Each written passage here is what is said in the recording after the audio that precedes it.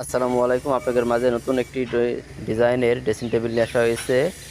আপনার পা থেকে মাথা পর্যন্ত লুকিং গ্লাস, মাঝে একটি ড্রয়ার, উপরে একটি পুশ পাল্লা, নিচে একটি পুশ পাল্লা। এখন এটা সাইড দেখানো আছে শিশু কাঠের, খুবই সুন্দরভাবে করা হয়েছে এবং সিম্পল একটি ডিজাইনের। কাঠগুলার খুবই সুন্দর ফাইবার এবং সব ফাইবার একই রকম করে মেলানো হয়েছে কাঠগুলাকে।